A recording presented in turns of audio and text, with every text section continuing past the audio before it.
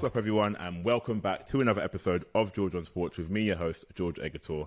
And on today's show, we have sports journalist Tiziana and content creator Julian, both locals to Germany. As we know, Week 10 of the NFL saw the first ever game in Germany between the Seattle Seahawks and the Tampa Bay Buccaneers. Got to say, you guys are very lucky to have Tom Brady come over for your first game. Not a lot of people can say that, but how are you guys? Yeah. Thank you. I'm great. It was a great weekend. I'm still a little bit flashed, to be honest. Still processing, but yeah, it was awesome. Also meeting Julian, my co-host, for the second time. We've met before once in Berlin, but it was great to spend the whole weekend together. Yes, for sure. It was overwhelming, I would say. So many things happening in like one weekend, but it was really cool to get like the whole community together, like the German football community together in Munich. That was really, really cool and lots of cool stuff happening. And I think we will talk about that here. Absolutely, absolutely. But before we dive into the game day, the history of the sport in Germany, I want to strip it all the way back to the start and ask what your introduction was to the sport, whether it's domestic or the NFL. So Tiziana, what was your first introduction to the sport of American football? It actually was just like zapping through TV with my brother one evening and seeing the Super Bowl. I think it was one of the Super Bowls, 2012 or 2013, I'm not sure, one of those. And I just like, it was in free TV in Germany, which is huge, obviously. I think a lot of people came through that to the sports. And then I just like had a basic interest in general. Like I love sports, so for me it was not like something like extraordinary, but then like American football, since it wasn't big back then in Germany, I started going to games in the city where I studied. So there were like a local team, and I just went there, watched a lot of football live, which is great, I think, to learn the rules and just like get more into the sports. And then I started also having a friendship group that watched regularly like the Red Zone and just games and was crazy about the whole sports. And that basically like grew. And now I'm here. Nice. And yourself, Julian? Yeah, for me, it was a bit different because I did a lot of like writing on blogs and being on podcasts for basketball. That's also something I played before when I was younger. And then if you watch certain US sports, you will come into contact with football at some point. It's just inevitable. And therefore, kind of touched on it, watched more NFL, which was really cool. Also, I had a podcast back then on the NFL, and then I did my semester abroad, 2016 in Columbus, Ohio. Therefore, got kind of hooked on college football, which was absolutely amazing. And therefore, after that, started my own like college football and NFL draft podcast. Back then, it was quite small. But then, like nowadays, it's gotten really, really big, and now doing like the project with Tiziana, and so that's really cool. So does that mean you're an Ohio Buckeyes fan, being that you obviously went to to college out there and you've watched the games? Yeah, that's absolutely correct. So amazing. Yeah, they're nice. A very, very good team, very big team. And to be fair, college football in the States is a whole other kettle of fish. Take it very seriously. Every stadium seats at least, 70,000 people. And dare I say, some people will actually say that they prefer college football to the NFL for a number of different reasons, but I digress. So I want to touch on something you mentioned, Tiziana, about coming across a local team. So myself, I played for 11 years here in the UK. I played running back, and I sort of basically retired the last season. But domestic football in Germany is huge. There are so many different teams, and one of the things I wanted to touch on was the European League of Football, which is quite recent in terms of developments of domestic football in Germany. You've got so many different teams in Germany alone, not to mention Berlin Thunder, Frankfurt Galaxy, Hamburg Sea Devils, Munich Ravens, and actually the final was between Hamburg Sea Devils and I think it was Siena Vikings, which was held in Austria. Yeah. But if you look even further back, the GLF, the European German League of Football, which was started, I think, 1979. I mean, there's a lot of history of the actual sport in Germany itself. And I think it speaks to the volume of people that are interested in the game, and we're going to touch on that when we speak about Germany. So I know, Tiziana, you said you were exposed to that side, but Julian, had you ever been exposed to the sport at a domestic level at any point in Germany?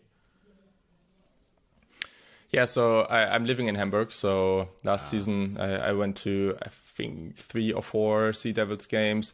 Also really nice to kind of like, I don't actually have like a lot of close friends here that are watching football for a long time. So as it got bigger for me, they also like, they ask questions and they're interested. And it's really nice to like bring them along to a live game. It's way easier to actually like get into like the whole groove and like the whole like vibe of a football game. And I think that's something that wasn't there as much before the European League of Football, because I think like the whole vibe of what you encounter in an NFL game in the States, for example, there was way more what actually happened in the ELF. So that was nice. Before, I actually haven't watched that many games locally, just like streaming here and there. But that was like this season, that was quite nice. Yeah. Yeah, you mentioned Hamburg, so I have to give a shout out to my friend Glenn Tunga, who was a starting running back for the Hamburg Sea Devils, the lead in Russia as well. Yeah, he's really good. He's very, very good. So, Glenn, if you're watching this, he's a shout out. And we always know you'd make it, so there you go. So let's kind of move on to Germany and the NFL, because, I mean, so many people don't realize just how big the sport is in Germany. It's one thing in the UK, but it's a whole nother level in Germany. If we look at some players who have played and currently do play, there's Jakob Johnson, who played with a long-time Patriot, Aaron Donker, Sebastian Vollmer, who I know you guys know quite well. So on that note, I think you guys had a conversation with him a number of weeks prior to the first Germany game in the NFL. What was his take on what he sees? Bearing in mind, he's won a Super Bowl with the Patriots. You know, not a lot of people could say that. Oh, no, sorry. 2. How many was it? 2 Super Bowls. Actually, that's it. yeah. Thank you, Tiziana. Sorry, Sebastian. 2 Super Bowls. What was his take on the fact that, you know, this is the first time that NFL has come to Germany and there's plans to be a lot more games there too? Yeah, I mean, he was great, to be honest. Like, we spoke with Sebastian Vollmer, but we also spoke to Aaron Donker, both great people. And Sebastian basically said, like, it's crazy, the growth in Germany. Like, I think he mentioned the number of 20% every year.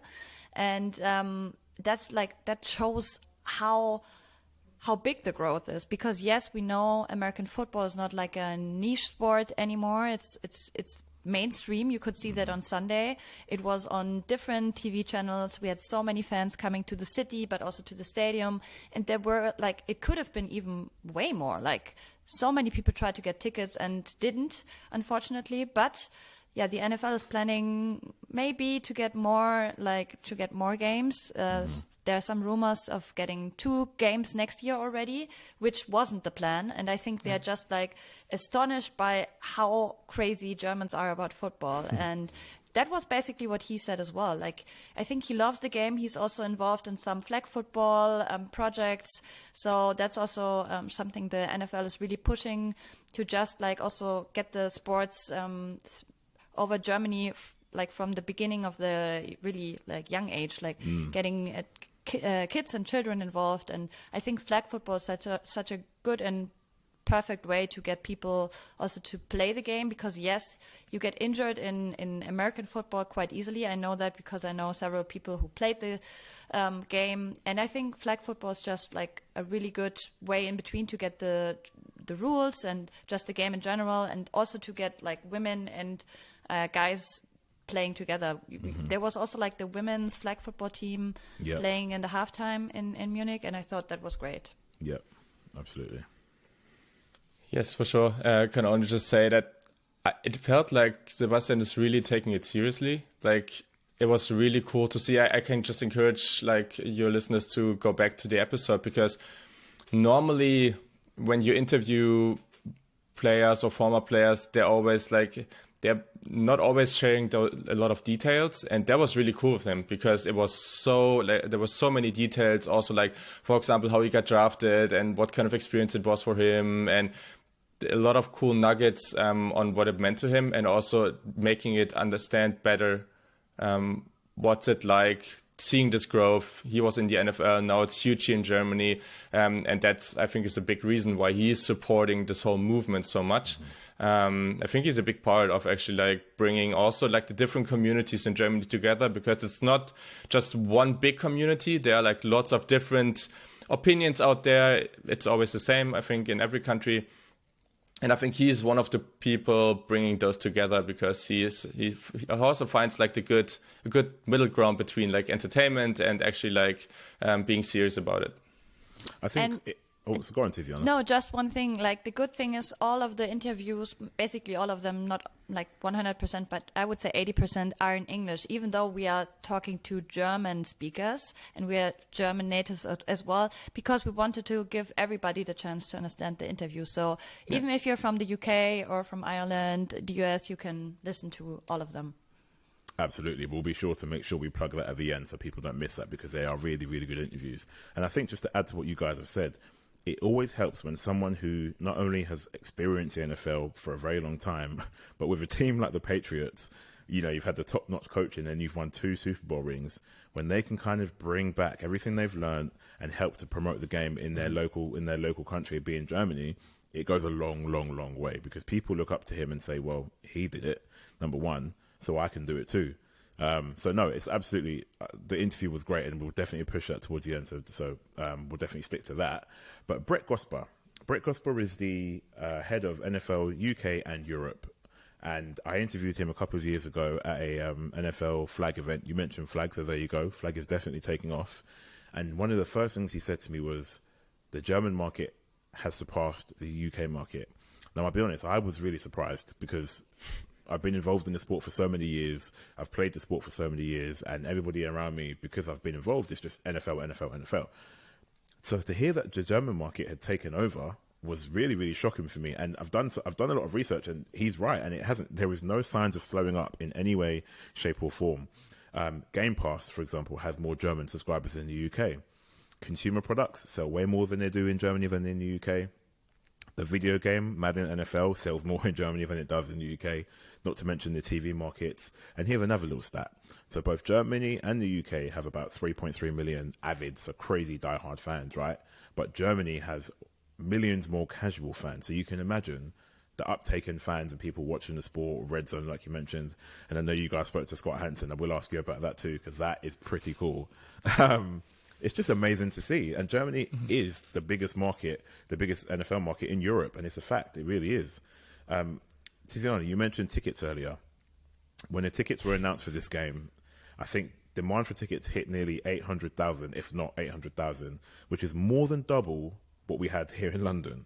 And that speaks absolute volumes. I saw some information about Brett, who said himself he arrives in Germany, he gets into a taxi, and a taxi driver is speaking to him about American football. That doesn't happen over here, unless you're like a hardcore fan, or you happen to be, I don't know, near the Tottenham Stadium, for example, as one of the only purpose-built stadiums in Europe for NFL. That doesn't happen over here. I think there was even an elderly gentleman at one of the games playing fantasy football. You know, over here you would assume fantasy. Yeah, over here you would assume fantasy football was for like a younger thing. But all these pieces of information just go to show how big the German market is. And you mentioned games. I think there are plans to have for the next 3 or 4 years at least one game every year. But they're also looking at Frankfurt to do a couple of games, because I believe Frankfurt was one of the venues they were looking at. Exactly.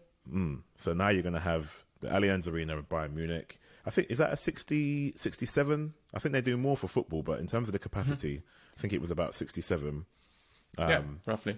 Yes. Okay.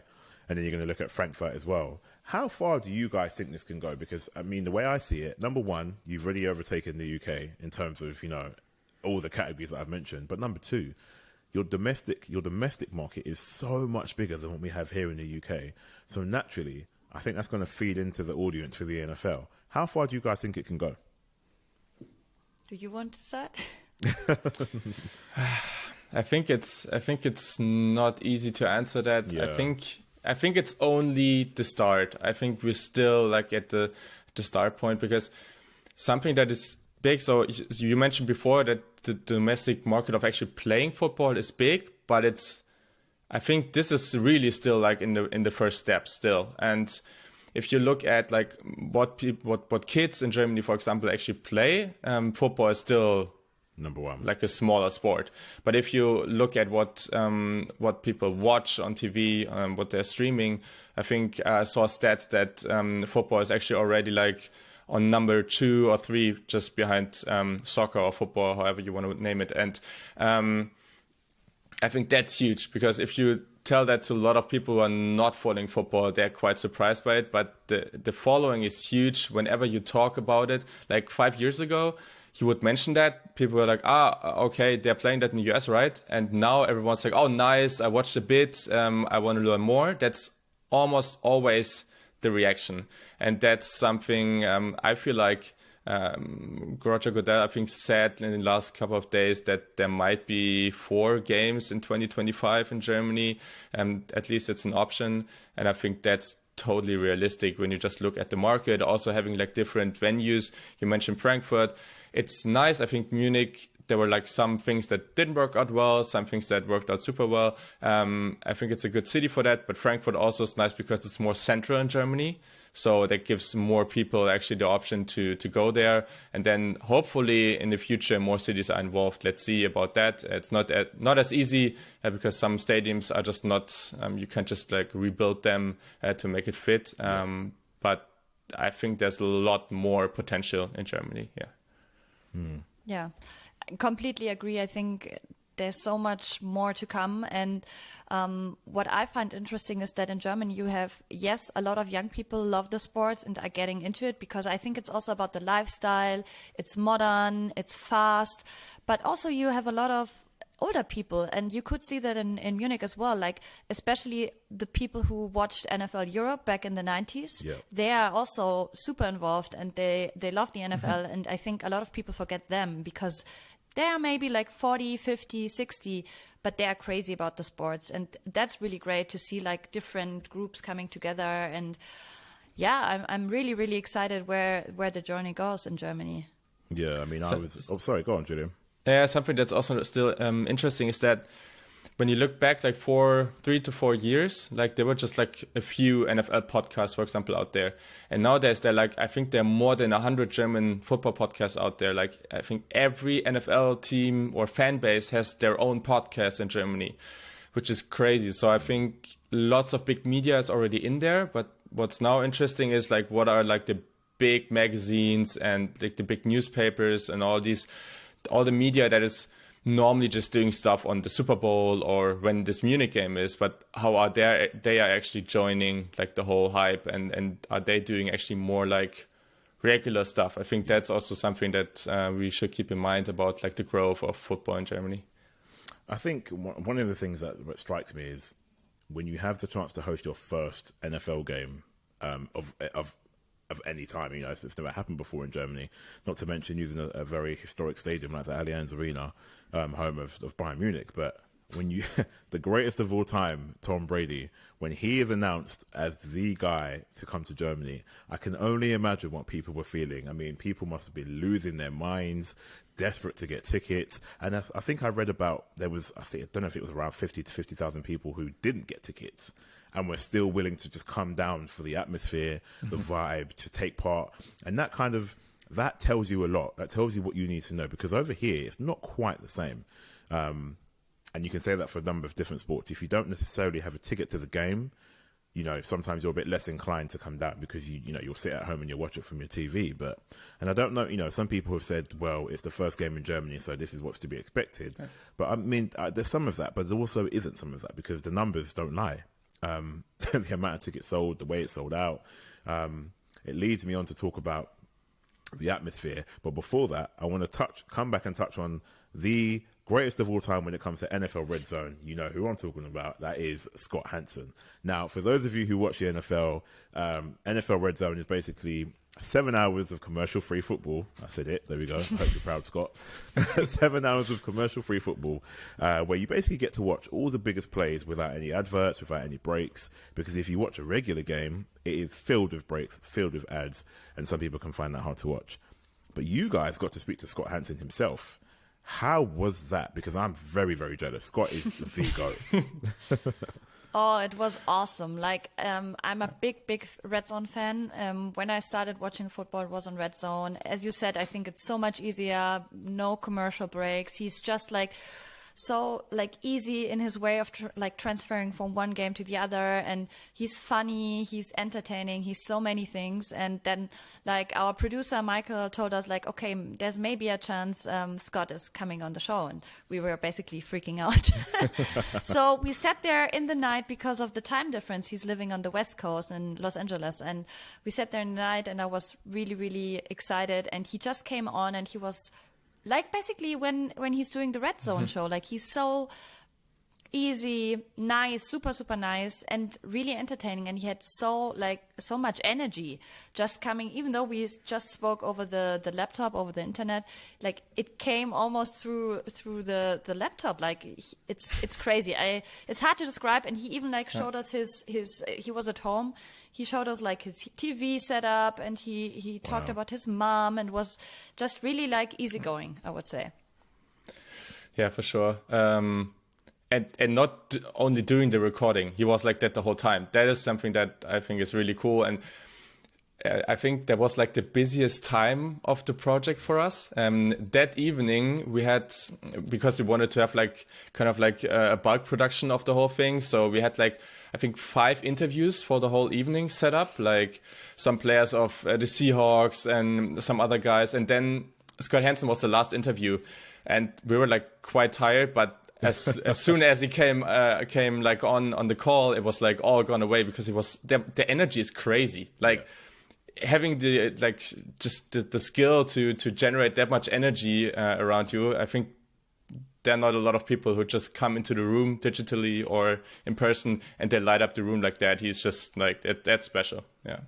And I saw Tiziana, you asked him about, you know, who could replace him, who could potentially do his job. Because when you think about it, really, it's a great job, but it's quite difficult, right? I mean, you're there for so many hours on end. Yeah. I don't know if during the breaks, there aren't that many breaks, to be fair, whether he takes a seat or not, but he's always there standing, ready with all his lines, and he's so quick to react to everything that's happening at the blink of an eye.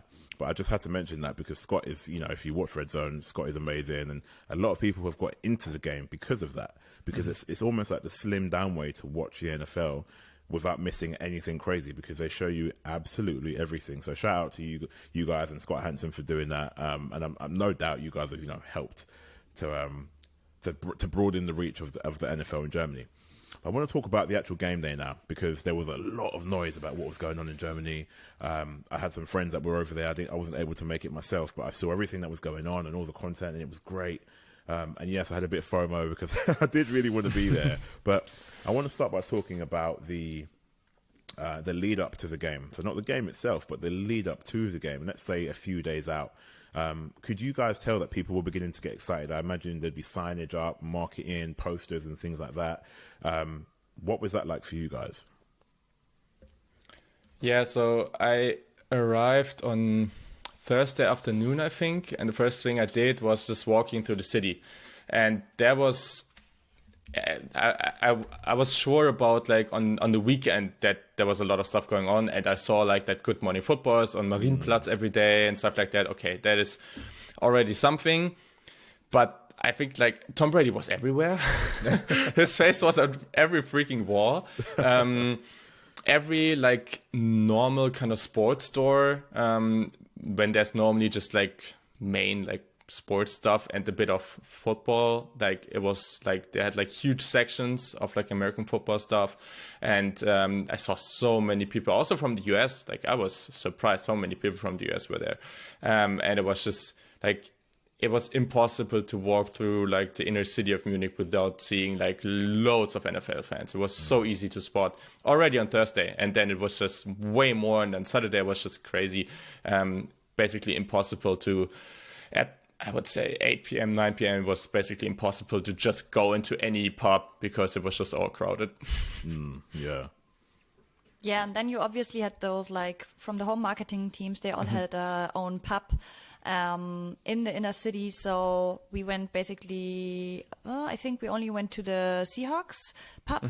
But it was great. Like we saw so many Seahawks fans from different parts of the world, and they told us they had 3 parties in the evening. So they had the official Seahawks party from the franchise, and then they had the German Seahawkers had their own party, and it was sold out.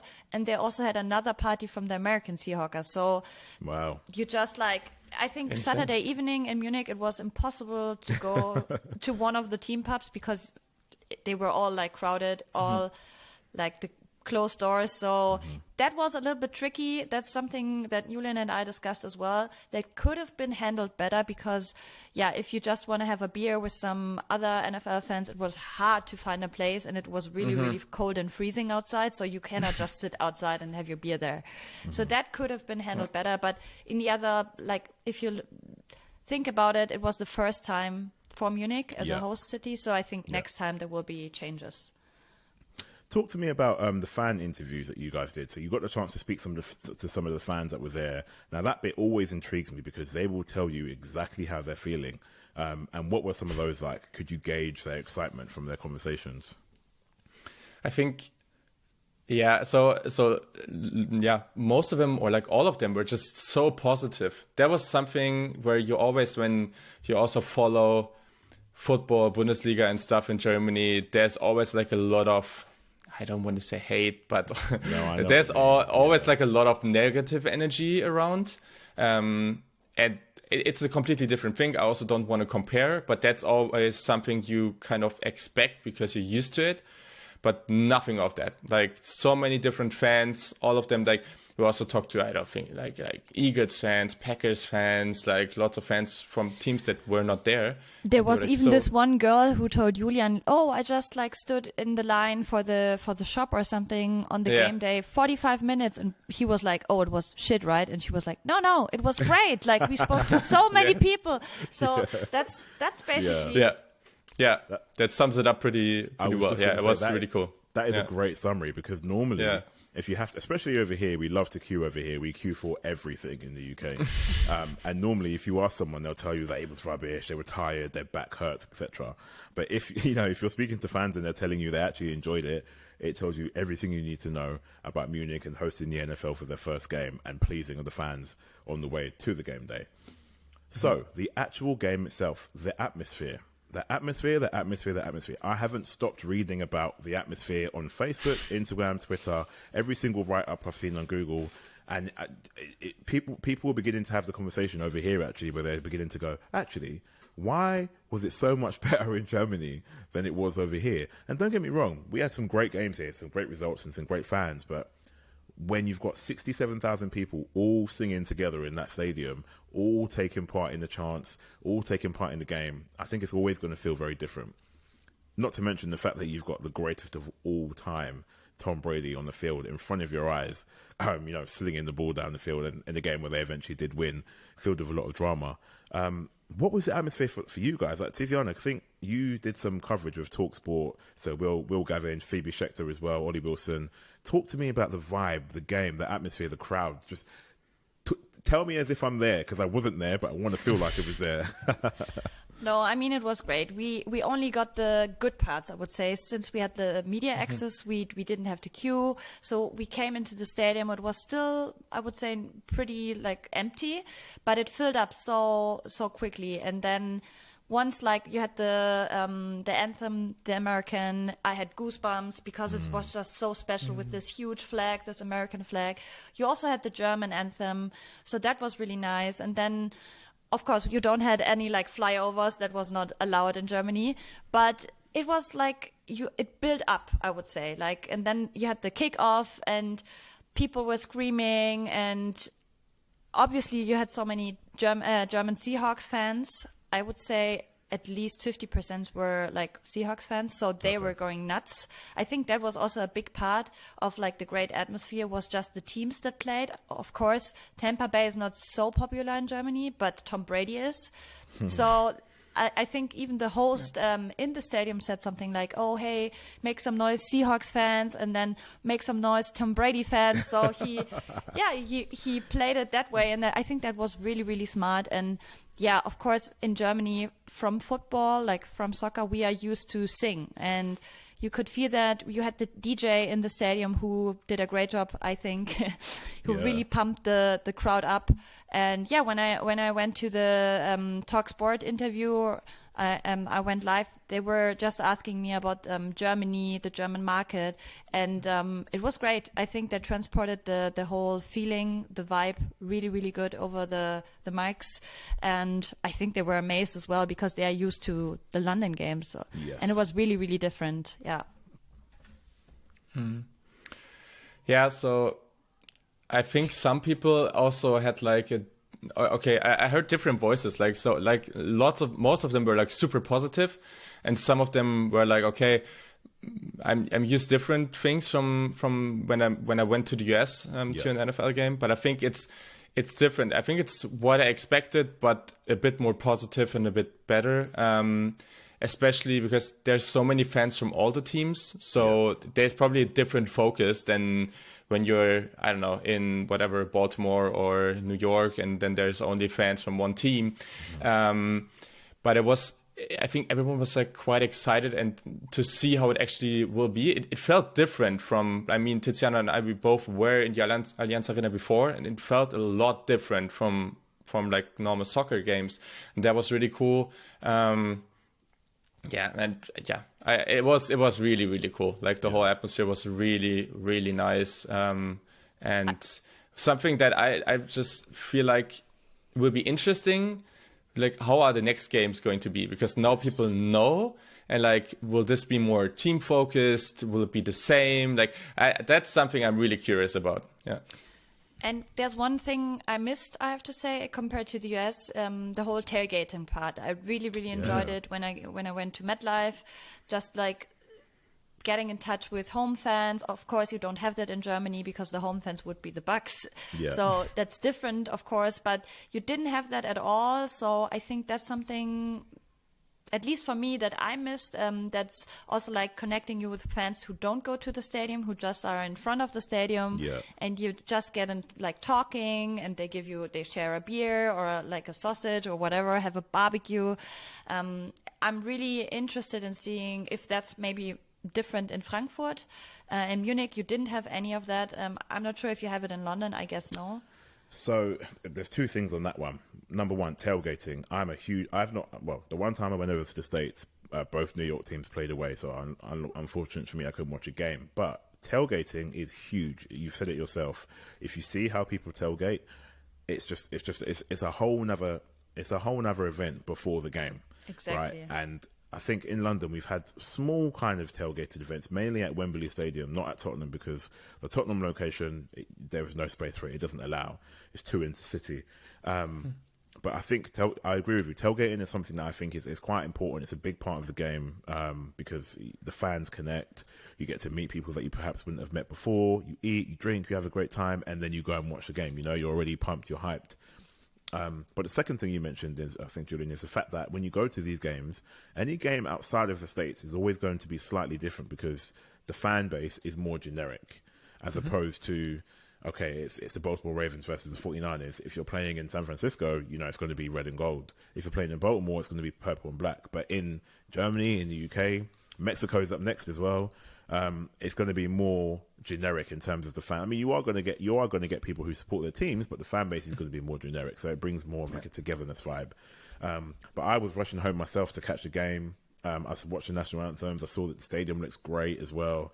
And you can just tell, again, the DJ did great. It felt different, even through the screen. I mean, I was nowhere near Germany, but I felt like I was there almost, and so jealous that I wasn't, because the vibe that people were telling me was there was people had a great time. People were singing in. I don't know if you saw, but all over Instagram and Twitter, people were sharing when people were singing the songs, and it felt, dare I say, like home almost. People just felt like this is right. We need more of this. But yeah, I'm sure without a doubt, you mentioned Frankfurt. The Frankfurt games are going to be great too. I wouldn't be surprised if they, like you said, Tiziana, sneak in some more games into Germany purely because of everything we've spoken about. And Julian, you mentioned the bar right now is up there. So it's going to be interesting to see how NFL Germany follows this up. But guys, before we go and before we let you guys go, I want to know who you guys would love to have in Germany. Before you answer, at the end of the game, there was rumours circulating about which team may or may not be coming back to Germany for next year. And I don't actually know why they've done this, but I believe, Tiziana, correct me if I'm not wrong, but on the way to the airport or from the airport, there was some kind of signage, and on that poster, I believe it said "See you soon," and the photo on that poster was none other than the Kansas City Chiefs.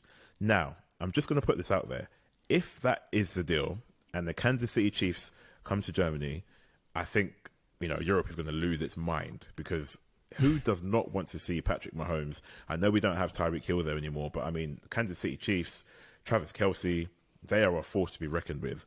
But back to you guys. Who would you guys love to see come to the NFL in Germany? You go first, because I know your answer. So next year, if we will have 2 games, so if it's 1 game, it's going to be Munich again. I'm not sure if it's 2 games, if they both will be in Munich. I think that might be tough with the Bayern Munich schedule and stuff like that. So I'm pretty confident that it will be the Chiefs because of the whole partnership with FC Bayern. They're working closely together. So I'm even before the sign before the airport, I was pretty convinced that this will be the case. I'm still hoping, as a big fan of the Panthers, I'm hoping that the Panthers will come along. They're also one of the home marketing agreement teams. Yes. So there is a chance that this is going to happen. But so this is what I want.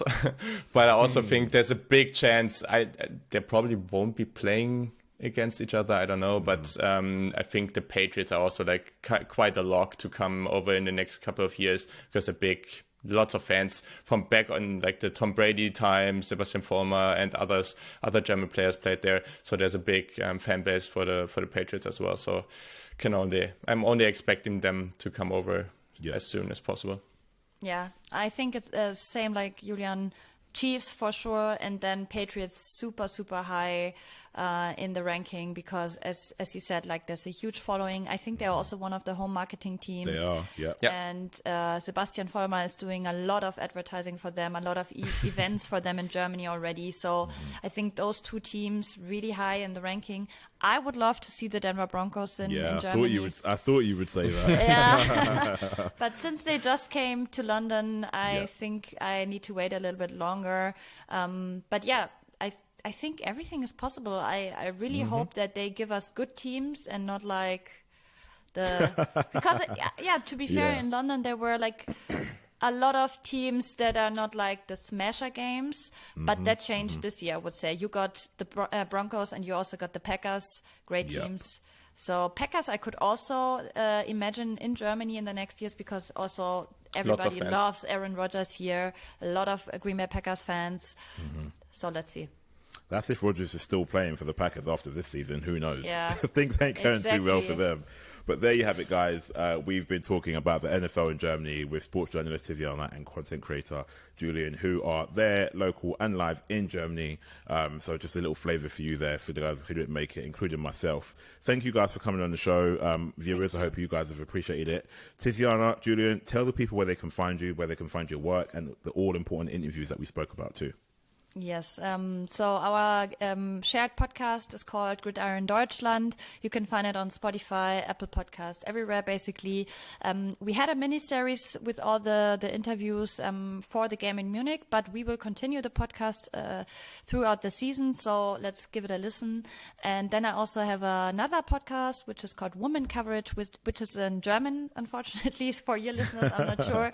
But it's about all of politics, diseases, everything around the NFL, and it's it was the first female-led podcast about the NFL in Germany.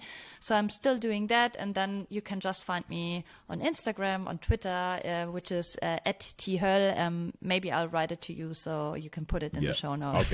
I'll get it out of there for you. How about you? Yes, for sure. Like follow us on Twitter in Deutschland. I think also on YouTube there's a lot of stuff. So if you want to have like single interviews, a lot of them on YouTube. Yeah, I myself, also in German, unfortunately, do the Saturday Kickoff podcast. Draft season is coming up, so lots of stuff about future NFL prospects, which is going to be exciting. And yeah, otherwise on just Julian Barsch on Twitter, Instagram, and on TikTok. I also do stuff there, so yeah. There you have it, guys. I've been Georgeonsports from Georgeonsports. Make sure you keep it locked for all the content coming. We've done an episode here about NFL Germany, and hopefully there'll be more to come with Tiziana and Julian. But until next time, stay tuned.